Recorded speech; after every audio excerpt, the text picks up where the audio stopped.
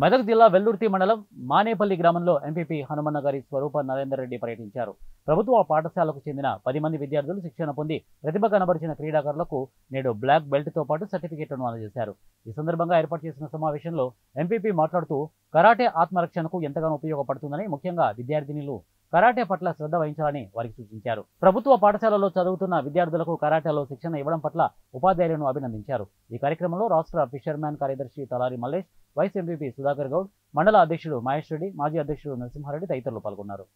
శిక్షణ పొంది black belt తీసుకోవడానికి ఈ కార్యక్రమానికి చేసినటువంటి వైస్ ఎంపీపీ గారికి, కాంగ్రెస్ పార్టీ మండల అధ్యక్షుడు మహేష్ రెడ్డి గారికి మరియు నరసింహారెడ్డి గారికి, మల్లేశం గారికి మరియు సెక్రటరీ గారికి మరియు చైర్మన్లు, మాజీ చైర్మన్లు ఇద్దరికి మరియు ఆంధ్రప్రదేశ్ శ్రీలు మరియు ఈ కరాటే శిక్షణ ఇచ్చినటువంటి మహేష్ గారికి, స్వప్న గారికి మరియు ఈ స్కూల్ ప్రిన్సిపల్ గారికి మరియు ఈ స్కూల్ విద్యార్థులకు ప్రతి ఒక్కరికి కూడా నా హృదయపూర్వక నమస్కారాలు. మరియు ఈ స్కూల్లో ఈ మారుమూల పల్లెటూరు అనేది మా గ్రామం పేరు ఒకప్పుడు. ఇప్పుడు దాన్ని డిస్టిక్ వరకు తీసుకెళ్ళినటువంటి